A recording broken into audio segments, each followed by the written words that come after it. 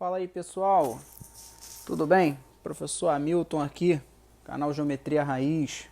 Pessoal, hoje eu vim trazer aqui um negócio muito legal para vocês. A gente vai falar um pouco aí sobre a reta de Euler e a caracterização vetorial do circuncentro de qualquer triângulo.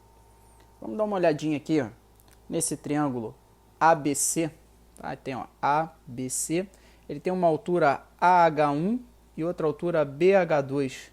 Elas se encontram no ponto H, que é o ortocentro dele. Tudo bem? Aqui eu tenho o ponto O. Esse ponto aqui é o ponto O, que ele é o centro do círculo circunscrito ao triângulo ABC. Ele é o circuncentro do nosso triângulo ABC. E se ele é o circuncentro, significa que ele é o encontro das mediatrizes dos lados BC, AC e AB.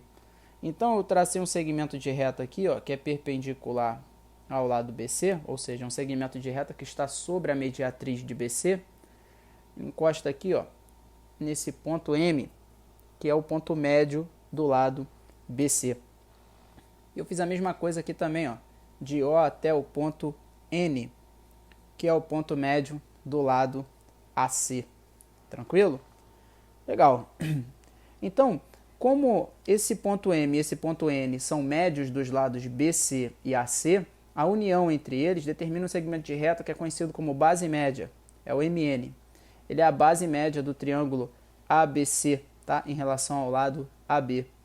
Significa que se o lado AB tiver a medida 2A, por exemplo, aqui eu tenho a medida A, porque a base média ela vale a metade do lado ao qual ela é paralela. Tudo bem? Bom, então nós temos aqui o seguinte. Nós temos o triângulo ABH e o triângulo OMN, e eles serão semelhantes. Por que isso ocorre? Porque ó, o lado AH é paralelo ao lado OM, beleza? O lado BH é paralelo ao lado ON, tá? E o lado MN é paralelo ao lado AB. Portanto, a gente tem triângulos semelhantes, certo? E mais, a razão de semelhança vai ser aqui na razão de 2 para 1, né? Do maior para o menor será 2 para 1. Não é isso? Tá, e o que isso ajuda a gente no sentido de caracterização vetorial, né? Bom, a gente tem que observar uma coisa. Existe uma reta conhecida como a reta de Euler. Euler, se escreve assim, ó.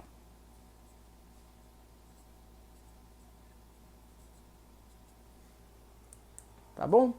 Então, o que é a reta de Euler? A reta de Euler é uma reta que contém 3 pontos notáveis do nosso triângulo. A gente vai descobrir quem é o terceiro. Vamos lá, ó. Vamos ver o seguinte. Se eu traçar uma retinha aqui assim, ó, que passa no meu ortocentro e no meu circuncentro, vamos ver o que mais a gente tem aqui esperando a gente de informação legal. Bom, é bem possível eu traçar o segmento AM, não é verdade? Bom, o segmento AM, ele na verdade é uma mediana. Por quê? Porque o segmento AM é uma seviana para ABC, tá bom? E divide o lado BC em duas partes iguais, visto que M é o ponto médio de BC. Portanto, AM é uma mediana. Não é? Ok. Nós já não sabemos que o triângulo ABH está na razão de 2 para 1 em relação a OMN? Sim. Então quer dizer que o triângulo ABH, ele tem um lado AH que vale, por exemplo, 2x. Então o lado OM vai valer x. Isso dá razão de 2 para 1. Não é verdade? Agora, se a gente prestar atenção aqui no triângulo, ó, MO e esse pontinho aqui que eu vou chamar de pontinho G'. Tudo bem? O pontinho G', se eu olhar para o triângulo G',MO, tá vendo aqui, ó? Ele é semelhante ao triângulo G',AH. Por quê? Porque os segmentos de reta HG' e G',AO estão sobre a mesma reta verde aqui, a reta suporte. E a mesma coisa acontece com os segmentos MG' e G',A. E como os lados AH e OM são paralelos, porque a gente já mostrou que eles eram paralelos, né, por causa da semelhança de ABH com OMN, então nós temos outro par de triângulos semelhantes aqui, que é o AHG' e o OMG'. E também na razão de 2 para 1.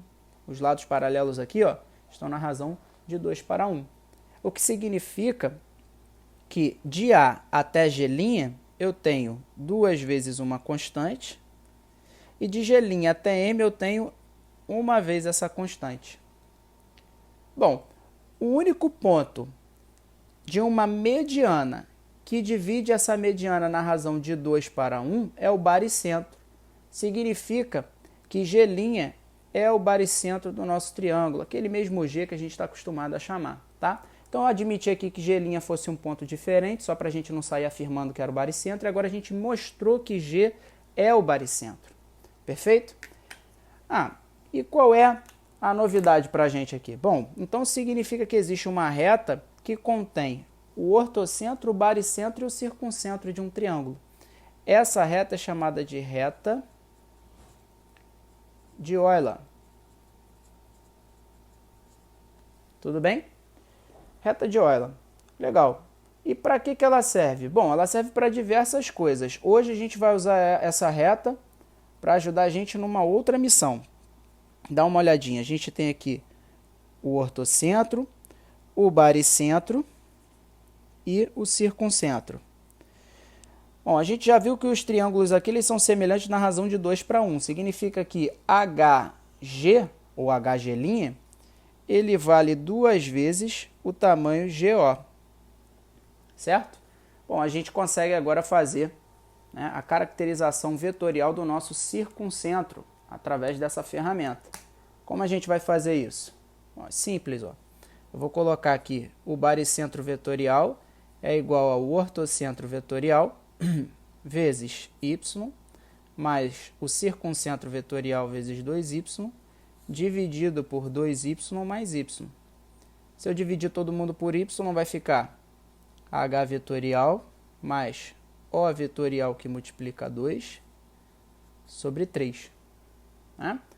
Bom, então se a gente reorganizar, ó, e escrever a nossa equação com o objetivo de isolar o nosso circuncentro vetorial, a gente vai achar a seguinte expressão: o nosso circuncentro vetorial tem que ser 3 vezes o baricentro vetorial menos o ortocentro vetorial.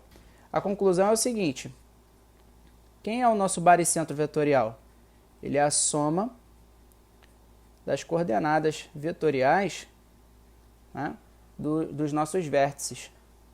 E agora eu vou excluir o ortocentro vetorial, que a gente viu aí no vídeo anterior, aqui no nosso canal. Né? Isso aqui está dividido por 2, tá? Porque era 2O vetorial. Então, coloco o 2 aqui dividindo.